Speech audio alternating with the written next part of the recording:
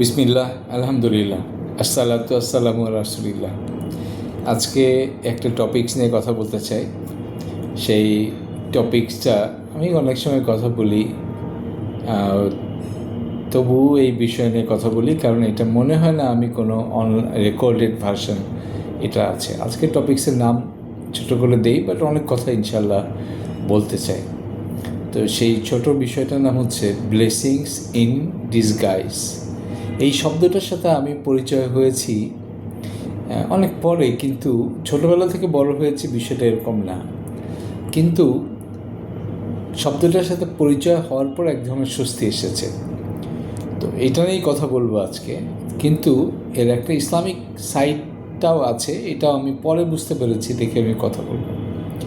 তো প্রথম হচ্ছে কী নিয়ে কথা বলবো বলেছি ব্লেসিংস ইন ডিসগাইজ, মানে যারা ডিসগাইজে ব্লেসিংস অনেক সময় আমাদের জীবনে আসে, কিন্তু আসে সমস্যার রূপ নিয়ে।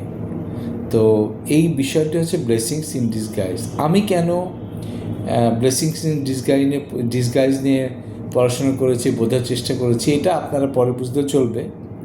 যারা আমাকে চেনেন, আমার ব্যক্তিগতভাবে আমাকে জানেন, তারা জানেন যে প্রতিনিয়ত আমাকে বিভিন্ন চ্যালেঞ্জের মোকাবেলা করতে হয়, এবং আমি কিন্তু সেই মানুষদের একজন যে প্রশ্ন করেছি, আমি কেন আমার এত সমস্যা হবে।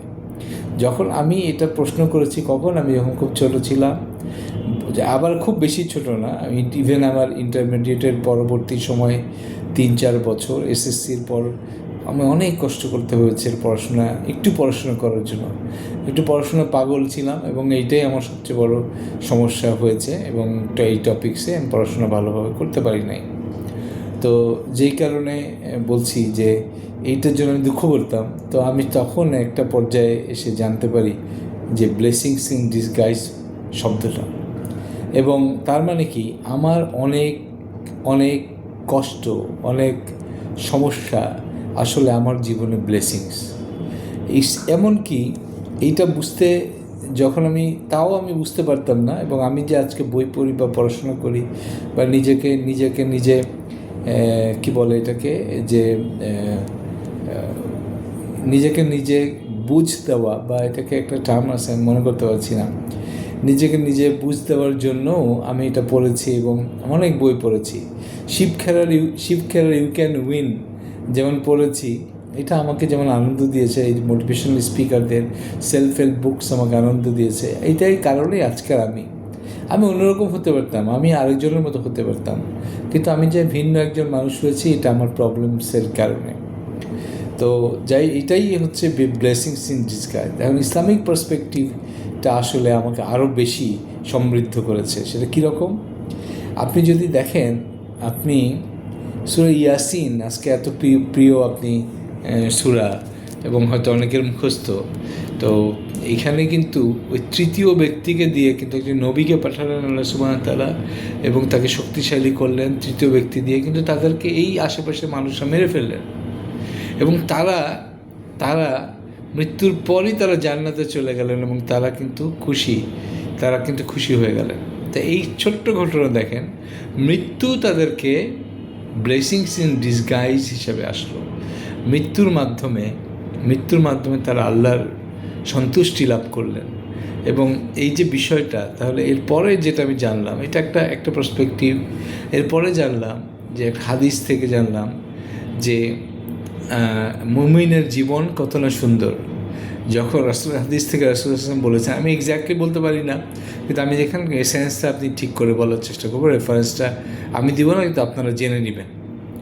তো সেটা হচ্ছে মুমিনের জীবন কতটা সুন্দর, যখন তার ভালো কিছু হয় সে তখন আল্লাহর সবর করে, আল্লাহর প্রশংসা করে, এবং সে বেনিফিটেড হয়। আবার যখন তার কোনো পরীক্ষা হয়, সে তখন ধৈর্য ধরে, এবং সে আল্লাহর কাছেই সাহায্য চায়, এবং সে বেনিফিটেড হয়। তার মানে কি, একটা মুমিনের জীবনে, একজন বিলিভারের জীবনে আসলে কোনো প্রকৃত দুঃখ, প্রকৃত কষ্ট নাই। প্রকৃত কষ্ট তো সেটাই যেটার কোনো শেষ নাই, যেটা কোনো দিন শেষ হবে না, যেটা আর প্রকৃত দুঃখ সুখ তো সেটাই যেটারও কোনো শেষ নাই, যেটা কোনো দিন শেষ হবে না। তো আমি এটা সাধারণ কথা, অন্য প্রসঙ্গে বলছি। মানুষ ইটারনিটিটা যদি পরীক্ষা করে বুঝতে পারতো, তাহলে অনেক মানুষই বিলিভার হয়ে যেত। এবং মানুষ ইটারনিটির সায়েন্টিস্টরা পরীক্ষা করে মানুষকে যদি দেখাতে পারতো যে দেয়ার ইজ ইটারনিটিটা পসিবল, এবং আমরা যা দেখি সবই ধ্বংস হয়, এবং আল্লাহ সুবহানাহু ওয়া তাআলা বলেছেন যে কুল্লু শাইইন জালিকাতুল মাউত, কুল্লু নাফসিন জালিকাতুল মাউত, প্রত্যেকটা জীবন্ত আত্মা প্রত্যেকের মৃত্যু হবে, একমাত্র আল্লাহ সুবহানাহু ওয়া তাআলা ছাড়া প্রত্যেকের মৃত্যু হবে, এমনকি আল্লাহ সুবহানাহু ওয়া তাআলা আল্লাহর আরশ ধ্বংস করবেন একসময়। তো বিষয় এরকম যে এটা তো পরীক্ষা করে আমরা এই ইটারনিটি প্রমাণ করতে পারি নাই, যে কারণে প্রমাণ করতে পারছি না, দেখাতে পারছি না, যে কারণে আমরা অনেকে বিলিভ করি না। যাক, আমি ব্লেসিংস ইন ডিসগাইজ নিয়ে কথা বলতেছিলাম, এটা নিয়ে আরেকটু কথা বলবো। আমি কথা বলতে অনেক সময় আরেকটা দিকে চলে যাই। তো এইটা এবং নোট ছাড়া কথা বললে সমস্যা, এবং এই আজকের কোনো নোট আমি সামনে রাখি নাই, শুধু এই টপিকসটা লেখা আছে ব্লেসিংস ইন ডিসগাইজ নিয়ে কথা বলবো। আমি কেন এটা নিয়ে কথা বলি? আমি কথা বলি, আপনি যতই একটা মানুষের সমস্যা তৈরি করার চেষ্টা করেন, it may be a blessings in his life. তাহলে আপনি যদি মানুষকে ধরেন, মানুষকে সমস্যা তৈরি করে আপনি কার কত ক্ষতি করবেন? আপনি এত ক্ষতি করতে পারবেন না, এটা তার জীবনে সে ব্লেসিংসে পরিণত করতে পারে। তাহলে আপনি যদি একজন প্রকৃত শ্রেষ্ঠ মানুষ হতে চান, আপনাকে কি করতে হবে?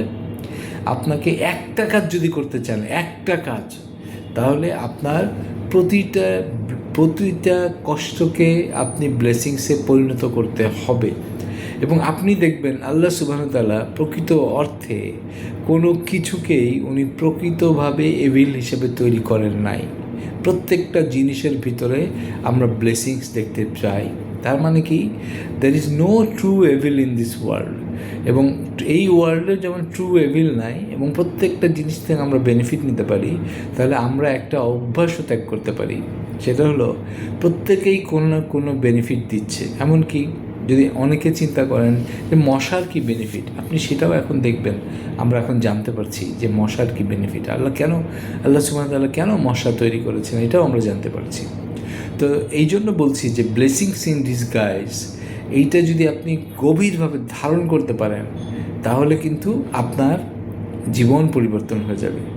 আপনারা সবাই জানেন যে আমি কিন্তু জীবন পরিবর্তন নিয়ে কথা বলি, যেই কারণে এইটা আমি আপনাদেরকে এবং এই ব্লেসিংস ইন ডিসগাইজ, এবং আমি ট্রেনিংয়ের সময় একটা কথা সবসময় বলার চেষ্টা করি যে প্রতিটা জীবনের সেরা অপরচুনিটি একটা প্রবলেমের চাদর গায়ে দিয়ে পাশে, এবং আপনার কাজ হচ্ছে সেই চাদরটা সরিয়ে, সেই প্রবলেমের চাদরটা সরিয়ে জীবনকে উপভোগ করা। এবং এই জন্যই বলছি যে ব্লেসিং ডিসগাইজ, এই কথাটা মাথায় রাখুন। মাথায় রাখলে আপনারা অবশ্যই একটা সেরা একটা সম্ভাবনাময় জীবন ধারণ করতে পারবেন। আরেকটা কথা বলি যে এটা আমি হাদিসের কথা কিনা আমি জানি না, বাট ইসলামিক পার্সপেক্টিভ থেকে আমি শুনেছি, এটুকু বলতে পারি যে সেটা হচ্ছে যে একজন মুমিনের জন্য যে একটা বিষয় ব্লেসিংস কিনা, বা একটা বিষয় কি তার জন্য ক্ষতি কিনা, পরীক্ষা কিনা, ফিতনা কিনা, টেস্ট কিনা, এটা বোঝা যায় একটা পার্সপেক্টিভ থেকে। যদি একটা খারাপ ঘটনা আপনাকে আল্লাহ সুবহানাহু ওয়া তাআলার কাছে নিয়ে যায়, তাহলে এটা ব্লেসিংস। আর যদি একটা ভালো ঘটনা, ভালো জিনিস আপনাকে আল্লাহ সুবহানাহু ওয়া তাআলাকে দূরে সরিয়ে নিয়ে যায়, তাহলে এটা ব্লেসিংস। তাহলে এটা ব্লেসিংস না, তাহলে এটা ফিতনা। তাহলে আপনি দেখবেন, আমি দেখেছি আপনার সম্পদ কি আপনাকে আল্লাহ সুবহানাহু ওয়া তাআলার ইবাদত থেকে দূরে সরিয়ে নিয়েছে, তাহলে অবশ্যই এটা আপনার জীবনে ফিতনা। আপনার কোনো বিশ্বাস, আপনার কোনো মতবাদ, আপনার কোনো শিক্ষা কি আল্লাহ সুবহানাহু ওয়া তাআলা আপনাকে দূরে সরিয়ে নিচ্ছে, তাহলে অবশ্যই এটা ফিতনা।